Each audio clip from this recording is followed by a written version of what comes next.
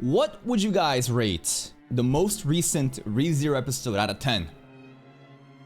Perhaps 6? Perhaps 7? 6, 7 out of 10?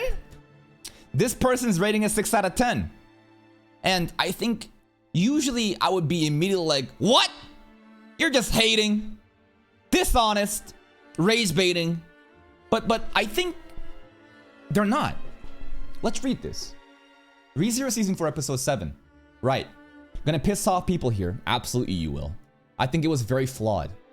It was really stiff. Characters barely moved, and the shots were uninspired overall. With some saving grace on the balcony scene, the bird chase scene was okay. Twist felt lackluster. It was really stiff. What does that mean? When you look at the episode, the conversations, character acting, is it present? The Shala scenes, yeah. But some of the other scenes, no. Mainly just the storyboarding was not very good in terms of the actual like conversations, right? Again, storyboarding I don't think needs to be exclusive for like action animation. The way that you can portray different cinematic camera angles, the tempo of the dialogue, right? There's a lot of different things that you can do to make sure that these scenes kind of stand out. I mean, look at Needy Girl Overdose, look at Monogatari, look at some of the other shows that deals heavily with like drama, dialogue, right? There's a lot of different ways to do it. And this episode, not quite, right? It does feel stiff and it doesn't feel like the animation is like basically delivering that. See, you don't understand anime. And I'm not trying to say this to like shit on you, but look at your comment. Lackluster, the shit had me on the edge of my seat waiting for something to go wrong at the end. You are talking about the story, the mystery. This is not animation. This is something that you enjoy because the plot is interesting to you. And of course the animation is better, the plot can be even translated better with better direction. But like, what you're saying has nothing to do with this criticism that this episode was not a very ambitious anime episode. It was standard mouth-moving dialogue scenes. Not gonna say it's PowerPoint presentation because it wasn't, but it was not like peak, right? It wasn't like, oh my fucking god. To me though, while I for sure felt the stiffness while watching the episode, I was so compelled and so locked into the drama happening, whether it be the mystery of Anastasia, Echidna, and the birds, whether it be Julius pulling up and then the breakup between the Brotherhood happening again. This shit basically had me kind of forget that like, oh, the episode was lackluster. But if you really step back and think about it critically, I think that this makes a lot of sense. It's just facts. It is what it is. The shots were uninspired overall. So basically this kind of translates to just unambitious storyboarding, very standard camera angles, no inspiring movements, you know, trying to enhance the character dialogue beyond just standstill shots and minimal movement, right? It's that. Some saving grace in the balcony scene. Yeah, balcony scene, honestly, I think the bird stuff was really cool. The Anastasia zoom into the eyes, the reflections, the bird eye, this was a really cool thing, right? This is what I'm talking about. It doesn't need to be just standstill mouth moving, right? This is good direction here. Showing the camera lens in the POV of the bird's eyeball looking, because we're kind of aware that like, could this be Pandora right now? Who knows if she's observing us? To see, this scene was really cool. The scenes where Echidna is talking on behalf of Anna with such conviction too as it zooms in her eyes, really cool. The birds fluttering as Julius pulls up, really cool, right? For sure, for sure. There's some goods there, right? Twist felt lackluster. Ooh, let's talk about that. Not gonna lie to you guys, I heavily agree. While the twist was a shock, basically what I'm trying to say is this. He wakes up and he immediately says a silver-haired girl and a drill lolly. It's already given away. You know what I'm trying to say? Like, maybe this is the exact same way it happened in the actual like light novel, right? And when you're reading the passage, it could come off as a fucking shock of like, whoa, what the hell? Why is he saying that? But to me, when I saw the anime just kind of said it, I was like, oh, I guess he lost his memory.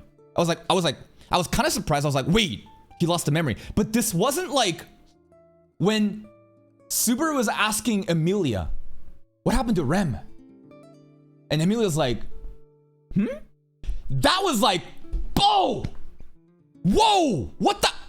Or even like end of season 3 with Julius, right? That was like, whoa, whoa, whoa!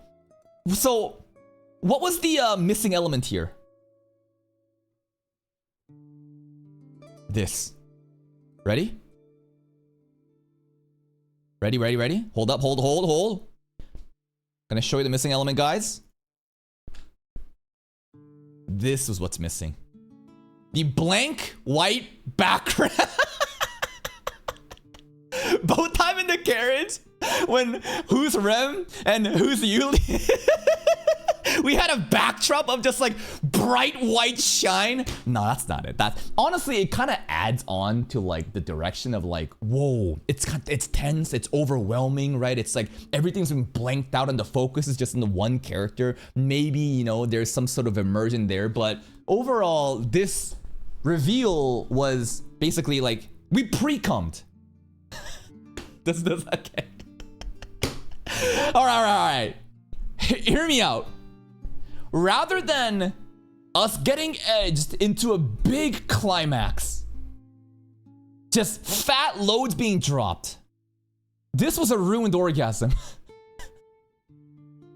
The way that Subaru kind of just said, oh, it's silver hair girl drew a lolly, and looking confused, we basically pre-cum, you know? It's just like, it's like a ruined orgasm. It's just like, I'm close, but it didn't really deliver, and I'm not like upset by it by any means. But some people were like, yo, why aren't you acting shocked? Why aren't you like surprised? Like, did you know this was gonna happen? And I'm like, no, this is just my genuine reaction. I just saw it happen, and it was so obvious based off the dialogue what Subaru just hinted at. Yes, it was surprising, for sure, in the confirmation. But like, to me, it really wasn't that like, whoa, that was that fucking crazy. Still, one of the craziest plot twists though, right? While the scene and the reveal to us may not have, you know, been that crazy polish, the event that actually happened, now it's just like really coming, like it's dawning upon me that like, whoa, this actually just happened. What is the implication of this? Subaru has no more memories of whatever happened through all of season 1 to 3 to 4 now. And now we're basically with arc 1 to 3 Subaru dealing in season 4 content. And now Julius has no one that, you know, remembers him. The last memory of Julius to Subaru is the breakup.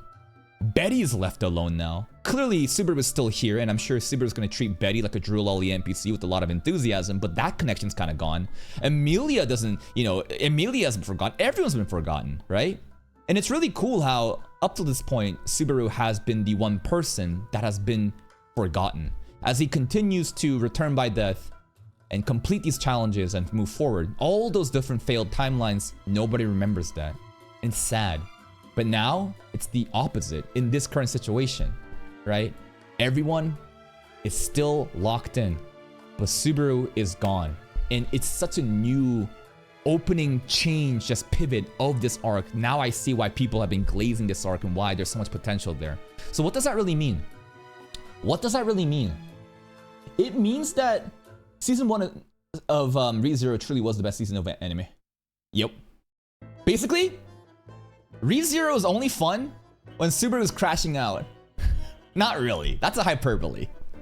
But have you noticed that like the prime fucking content comes from Subaru being a fucking dumbass as he fucks up and we see the consequences of his actions? You fuck around and find out? Because not gonna lie, these recent developments, he's acting too straight.